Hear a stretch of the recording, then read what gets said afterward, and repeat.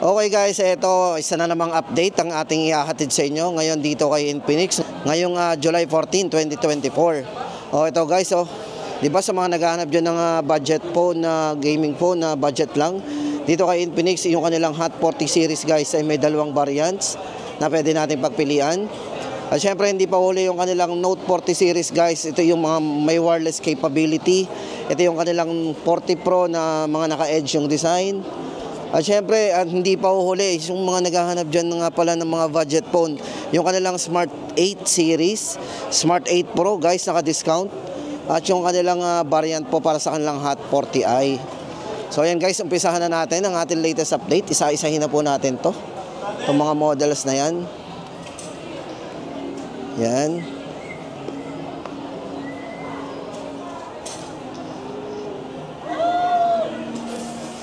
So yun guys, umpisahan na natin doon sa mga naghahanap pa pala dyan ng pinaka-budget phone dito kay Infinix. Unahin na natin yung kanilang Smart 8. Guys, ito for Smart 8, itong hawak natin ay ito yung kanilang naka-extended RAM na 8GB RAM 128.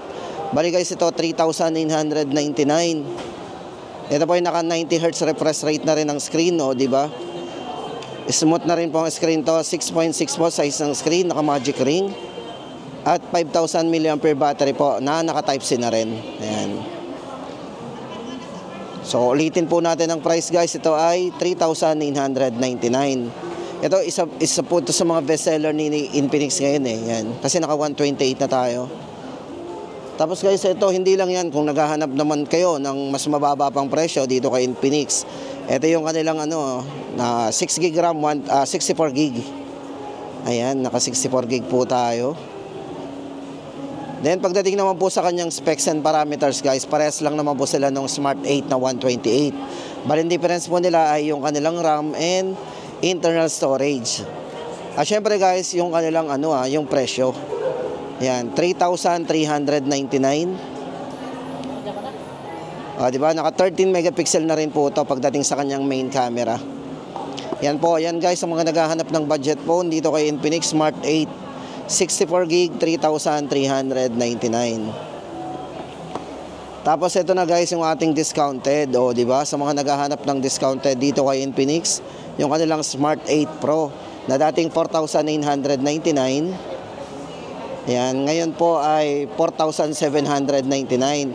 So dito guys ay naka-discounted tayo ng 200. Yan, para po sa kanyang specs and parameters guys, mas mataas po yung kanyang RAM. Kasi meron siyang 16GB. Ayan, maximum RAM plus 128 po internal storage. Naka 90Hz na rin po yung refresh rate. At yung isa pa po dito guys, tumaas po yung kanyang main camera. Naka 50 megapixel dual AI camera. Ayan, with ring flashlight. Ito guys, 4,799. Yung nga pala guys, ang chipset ng Smart 8 Pro ay naka Helio G36 na din. Di ba? Then, hindi naman pa huli guys kung gusto naman natin ng mga budget phone pero may mga naka fast charge na po yung kanilang ito, yung kanilang Hot 40i. Guys, dito kay Hot 40i may tatlong variants po yan. So meron sila ditong Hot 40i na 8GB 128. So yung maximum RAM nito is 4 plus 8GB. So bali ito ay merong 4 plus 4GB extended RAM, naka 128 na po internal storage. Ayan. Bali guys, ito nga pala para sa presyo nito, ito ay 4,499 or 4,499.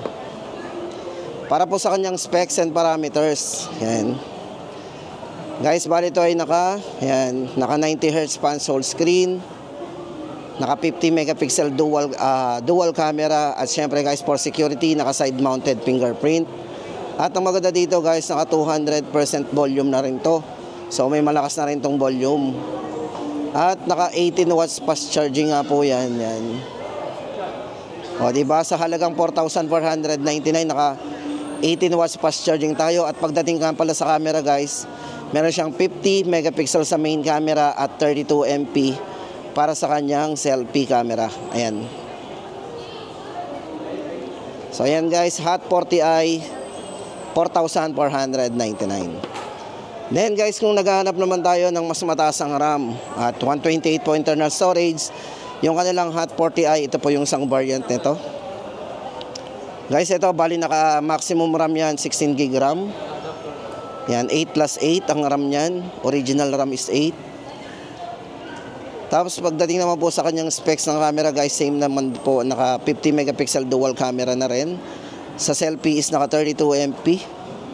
90 Hz refresh rate na rin po para sa kanyang punch hole screen.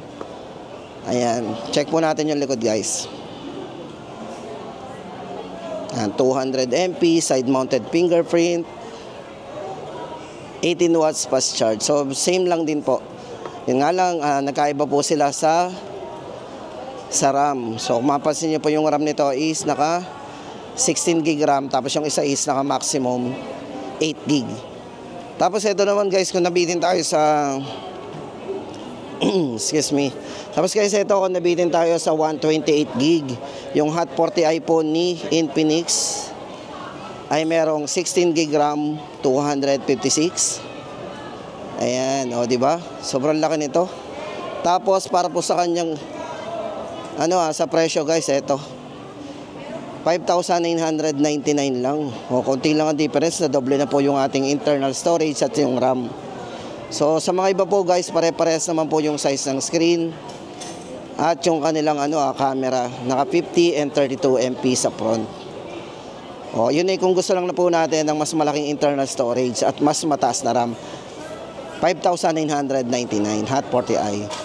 Tapos guys, ito pumunta na tayo doon sa kanilang mga budget phone na gaming phone.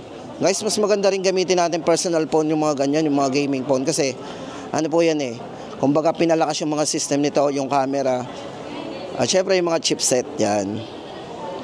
Kung naghahanap po tayo dito kay Infinix ng budget phone, ito yung kanilang Hot 40 Pro.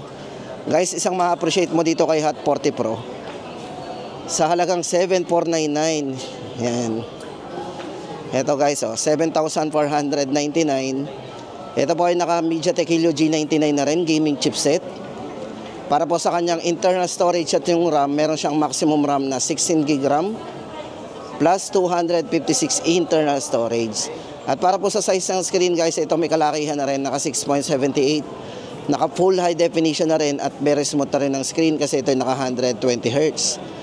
Para sa kanyang super touch display.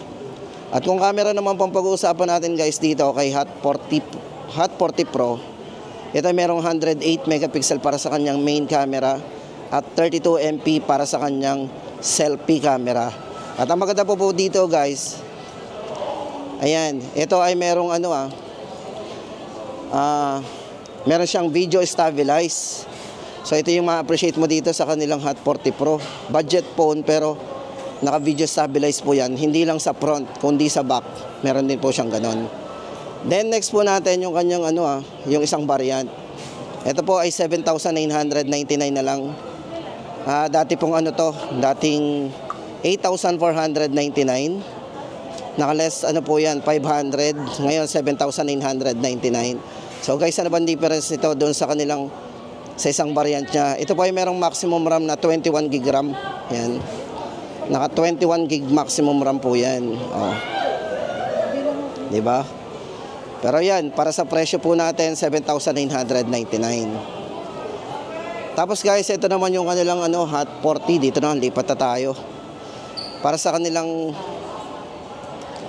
eto guys, lipat tayo dito para sa kanilang Note 40. Dito guys, ang display nila dito, yung kanilang 5G. Yan.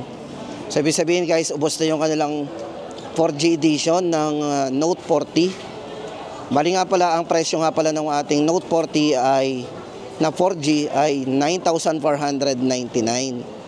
Itong display po na hawak natin, ito po yung 5G edition.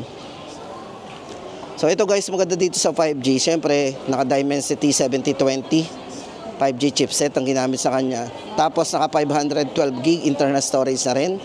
Meron siyang maximum RAM na 24 GB maximum RAM. Tapos naka 33 watts fast charge na rin.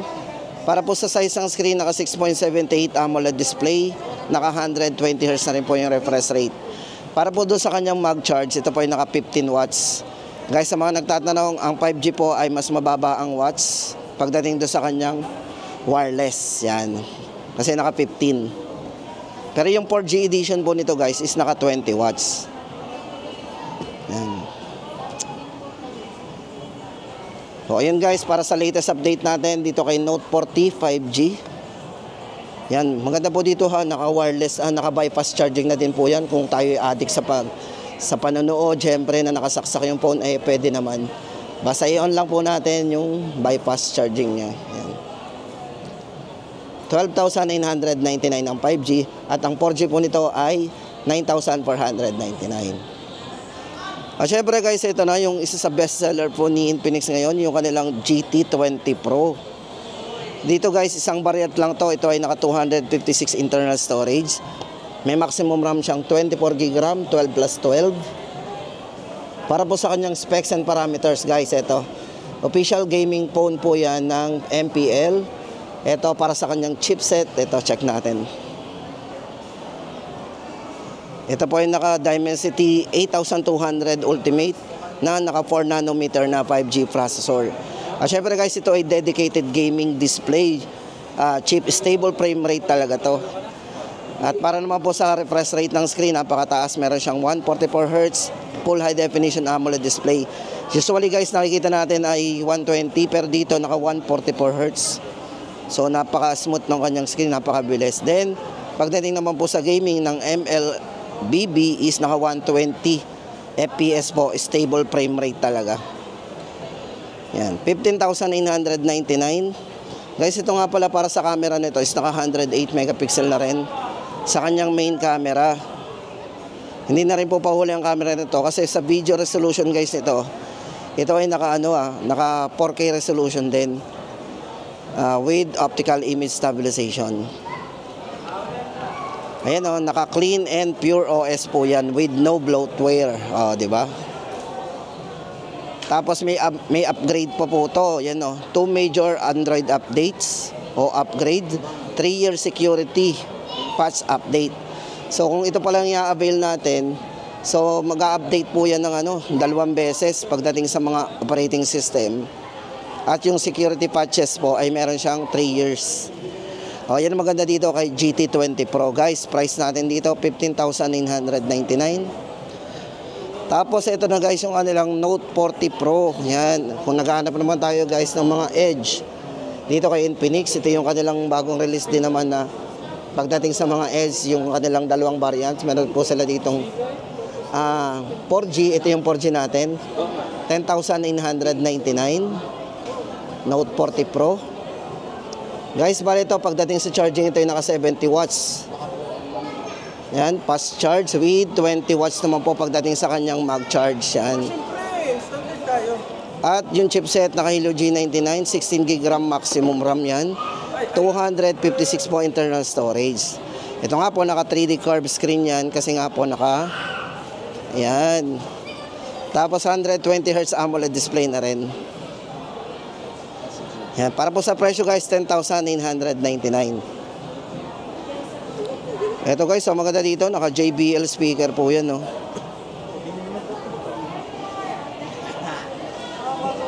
Tapos punta naman tayo sa 5G nito guys. Ito yung 5G nito. Ganda rin po nung naglumabas din po dito yung edition pala ng BMW. So nagkaroon po ito ng BMW edition, itong si Note 40 Pro 5G. Ayan, sa mga umabot po ng BMW ay congratulations, umabot po kayo ng limited edition ng BMW.